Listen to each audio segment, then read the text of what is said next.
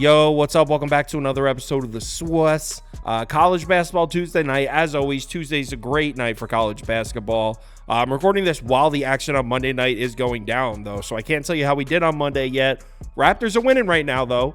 I have them on the money line, N plus 6.5, so hopefully the Raps win. As a whole, though, I'll keep you posted on how we ended up for the night. But yeah, I'm going to go through about 4 or 5 games. Whatever I don't get through, we'll go through tomorrow on the live show at 3 p.m. Eastern time. Let's get into it. Welcome to the TUES. The TUES. TUES. Hey, get the TUES. First up, let's start out in the SEC. We got Kentucky on the road at Mississippi State. Bulldogs laying 2.5 points at home. The total sitting at 156.5. Betting trends on the Kentucky side. 5-3 against the spread on the road this year. 8-6 against the spread in SEC play so far. 3-2 against the spread in their last 5. On the Mississippi State side, Bulldogs are 6-6-1 against the spread at home this year. 6-7-1 against the spread in conference play. They are also 3-2 against the spread in the last 5, and in all 5 of those games, they were favored by 4.5 or more points. If you take a look at the recent production from these two teams, at a first glance, it may look like Mississippi State definitely has the edge here. 7-3 in their last 10, a perfect 5-0 at home. Kentucky just 5-5 in their last 10, 3-2 on the road. But you got to look at strength of schedule. Kentucky's 14th, while Mississippi State back at 48th. So Kentucky's definitely played a stronger schedule recently. So let's match these two teams up on the court, and we'll start with Kentucky's offense. Surface level numbers here, you definitely got to give the edge to Kentucky pretty significantly. Kentucky has the edge in all 3 of these major categories here: efficient field goal percentage, rebounding, and turnovers. And these are numbers from the last 10 games. So Kentucky has the edge in these 3 major categories despite playing a much stronger schedule. Shot charts on this side of the court, you can definitely pull up the numbers from the mid-range for Kentucky. 98th in frequency, 30th in efficiency, so they've shot the mid-range shot well.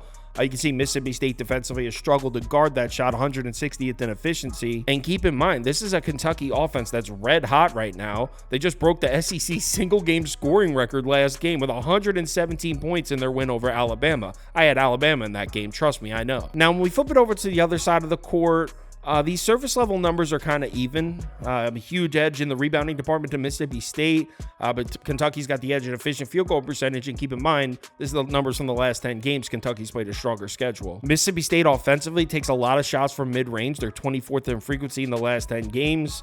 Kentucky's got some good defensive numbers there, 123rd and 126th in the last 10. I want to pull up the home-away splits for Kentucky because they're unique. You can see on the road, the offense not nearly as potent. 6th in efficient field goal percentage at home compared to 132nd on the road. But look at the defensive numbers for Kentucky. 192nd at home, 26 on the road. So Kentucky's defense has actually been solid on the road. Meanwhile, on the Mississippi State side, both their offense and defensive efficient field goal percentage numbers are worse at home. Both of them better on the road. But look at the rebounding. 37th at home, 348th on the road. Make that make sense. As far as betting this game, to be honest, I think everyone's overplaying their hand a bit here. I know it feels like a hangover spot for Kentucky after that huge win over Alabama. Mississippi State has looked really good recently. I get why it looks like a nice spot to play Mississippi State, but to lay 2.5 points to Kentucky, they overplayed this, man. I'm going to buy in on Kentucky at plus 2.5. Next game, Pittsburgh on the road in Clemson. Tigers laying 6.5 points at home. The total sitting at 142.5. Betting trends on the Pitt side, 6-2-1 against the spread on the road. That's impressive. 9-6-1 against the spread in conference play. 5-1-1 against the spread in their last 7. Pitt's been hot against the number. On the Clemson side, 7-7 against the spread as home favorites this year. 9-7 against the spread in conference play. 4-1 against the spread in their last 5. So Clemson's been covering the number themselves. Recent production from these two teams, both are looking pretty solid. Pitt is 8-2 in their last 10, 4-2 in their last 6 on the road. Clemson 7-3 in the last 10, 3-2 in their last 5 at home. Strength of schedule, slight edge to Clemson, not much, 60th to 75th. We'll start out with the matchup for Pitt offensively. Definitely got to give the edge to Clemson here defensively, but they're definitely not going to force many turnovers. Pitt's done a real good job protecting the basketball, 26th to 315th in that category, but efficient field goal percentage and rebounding both go towards Clemson's defense. Here's the thing for Pittsburgh's offense, though. 3-ball should be there. In the last 10 games, Pittsburgh 64th in frequency from above the break, 57th in efficiency. They've been a very good three-point shooting team recently. Look at Clemson's defensive numbers out there. 211th and 177th. On the other side of the court, we got Clemson's offense, and I think I'd give the slight edge to Clemson on this side of the court as well, but offensive rebounds are not going to be there. Pittsburgh's been a great defensive rebounding team, 12th in the last 10 games, compared to 267th for Clemson offensively, but efficient field goal percentage, 92nd and 224th in the last 10. And check this out, we'll pull up the shot zones on this side. Just like Pittsburgh's offense, Clemson's offense should also get plenty of opportunities from outside. Above the ranked 3 numbers in the last 10 games, Clemson 48th and 81st. So they've also been a good 3-point shooting team. Pittsburgh defensively 213th, 213th. Home away splits for Pittsburgh. You can see their efficient field goal percentage actually better on the road. 205th at home, 126th at home. Defensive numbers way worse on the road. Rebounding numbers way worse on the road. But check this out. When we pull up the home away splits for Clemson, this team's actually been better on the road. At home, 106 in efficient field goal percentage, 159th in defensive efficient field goal percentage. On the road, 8th and 29th. Rebounding numbers are better at home, but as a whole, Clemson's been a great road team. As far as betting this game, I like betting this Clemson team on the road way more so than I do at home. Clemson -9 last week on the road at Georgia Tech was one of my biggest college basketball bets of the week. At home, I'm down to fade them though. Give me Pittsburgh plus 6.5. They should be live here. Next game. BYU on the road at Kansas. Kansas laying 7 points at home. The total sitting at 153.5. Betting trends on the BYU side look terrible. 0-5 against the spread as underdogs this year. 4-10 against the spread in conference play. 1-4 against the spread in the last 5. Good Lord. Betting trends on the Kansas side, 7-6-1 against the spread at home, 7-7 against the spread in Big 12 play, 2-3 against the spread in their last 5. Recent production from these two teams, got to give the edge to Kansas here. Kansas 6-4 in their last 10 games with the 9th strongest schedule in the country. BYU 5-5 in their last 10 games, 26th strength of schedule. And look at the home away here. Kansas a perfect 5-0 in their last 5 at home. BYU 1-4 in their last 5 on the road. So right off the bat, before we even get started here, we're already leaning towards Kansas. We'll start with the matchup for BYU's offense, and actually I'd give the edge to BYU here based on these surface level numbers. Efficient field goal percentage numbers are pretty close, but look at the rebounding edge here, 60th to 140th. So BYU should definitely get second chance points in this one. They also got the slight turnover edge. And if we pull up the shot charts on this side of the court, BYU's definitely going to have looks from outside here, and they've taken a ton of them. In the last 10 games, 39.2% of BYU shot attempts have been above the break threes. That's more than the Boston Celtics. I mean, they are launching from out there. Problem is, they're not really making them. They're just 292nd in efficiency, but they're taking a shitload of them.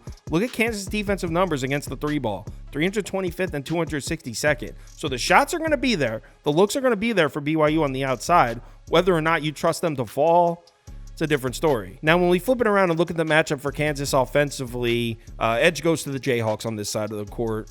Rebounding edge definitely goes to BYU, though, so there's not going to be many second chance points for Kansas here, but efficient field goal percentage, not close, 69th to 320th. And when we take a look at the shot zones here, I mean, blatant mismatch. Kansas should get whatever they want at the basket. In the last 10 games, Kansas frequency numbers, 57th at the rim, 42nd efficiency at the rim. Look at BYU's defensive numbers down there, 139th, 356th in defensive efficiency at the basket in the last 10. And the nail in the coffin here is the home away splits. BYU significantly worse on the road in every single category. And you flip it over to Kansas, significantly better at home in every single category. Say less. I mean, this number feels a little short. The whole world's going to be on Kansas. Is definitely a little bit square, but I think the whole world's going to be right on this one. Kansas -6.5 next game. Texas on the road at Texas Tech. Red Raiders laying 4 points or 4.5 or 3.5. This line's kind of all over the place. Total sitting at 145.5. Betting trends are ugly here. Actually, betting trends are ugly on both sides. Texas Tech 3-4 against the, or this is Texas, I'm sorry, 3-4 against the spread as road dogs, 5-9 against the spread in conference play, 1-4 against the spread in their last 5 games. On the Texas Tech side, 7-8 against the spread at home this year, 5-8-1 against the spread in Big 12 play, 1-4 against the spread in their last 5. So some ugly looking betting trends on both sides. Recent production from these two teams. I mean, look at the strength of schedule here. Texas first in the entire country, Texas Tech 5th. That just shows you how loaded the Big 12 is right now. Both teams 5-5 in their last 10. Texas 2-3 in their last 5 on the road. Texas Tech 4-1 in their last 5 at home. We'll start with the matchup for the Longhorns offense, and I'd actually give the slight edge to Texas offensively here. Efficient field goal percentage are pretty close, maybe slight edge to Texas Tech. Look at the rebounding advantage for the Longhorns, 134th to 326th. And look at the turnover numbers, another category which goes to Texas offensively. The problem with this matchup for Texas offense, where's the scoring going to come from? In these shot zones, there's really not much here. I guess you can point it at the rim. Texas attacks the rim a lot, 103rd in frequency, just 219th in efficiency, though. They have not been that efficient scoring down there. That being said, Texas Tech has been terrible trying to protect the basket, so I guess we can point there, but as a whole, not much here for Texas as far as the shot zones go. Actually, we could also point at the mid-range shot. 20.1% of Texas shot attempts in the last 10 games have been the long mid-range shot. Texas Tech just 317th defensively in that zone as well. So, I mean, maybe a little bit. I do like the matchup for Texas offensively, but just tough to find the exact zone where I expect them to have the mismatch. That's all. On the other side of the court, we got the Red Raider offense, and you got to give the edge to Texas Tech on this side. Efficient field goal percentage goes to Texas Tech. Rebounding Texas Tech. Turnover slight edge to Texas. And this is a Texas Longhorns defense that looked really bad in their last 2 games on the road, allowing 84 points per game in those 2. I mean, they were against Kansas and Houston, so maybe we can cut them a little bit of slack, but it's definitely noteworthy how much worse the defense has been on the road. Shot zones on this side of the court, you can point to the mid-range shot here for Texas Tech. 135th in frequency, 36 in efficiency. So they've been very efficient shooting this shot. Texas defense 337th and 166th. I don't love to bring up the corner 3, but we can point to how good Texas Tech has been shooting the ball from out there. 49th in frequency, 41st in efficiency. Texas defensively 351st in efficiency against the corner 3. Home away splits for the Longhorns. I mean, as I mentioned earlier, Texas defense away from home has been a problem. 344th in efficient field goal percentage on the road this year. That's terrible. Now, efficient field goal percentage has been there, though. So the offense has been there for Texas on the road, but the defense not so much. Here's the thing, though. Look how much better Texas Tech's offense has been on the road this year. They're 9th in efficient field goal percentage on the road, just 183rd at home. So that's actually a positive angle for Texas. No question, Texas Tech is going to score points on Texas. I can't debate that. But I think the Longhorns are going to score points right back on them. I don't trust this Texas Tech defense. 4.5 in these Big 12 battles. That's a lot of points. Give me the Longhorns. I see a 4.5 open. I'm taking it. Give me Texas plus 4.5. As I mentioned earlier, live show, 3 p.m. Eastern time. Same as always. We'll go through all the games, not just these 4. We'll go through a bunch of them. If you're able to make it, we'd love to see you in the comments. NBA live shows at 4 p.m. Eastern time. If you want my top bets for all sports parlays of the day, or you'd like to join our Discord, head over to KyleKirms.com. The information is right there on the homepage. Let's have ourselves a great Tuesday night. Remember to bet responsibly, and I'll talk to you in the Discord.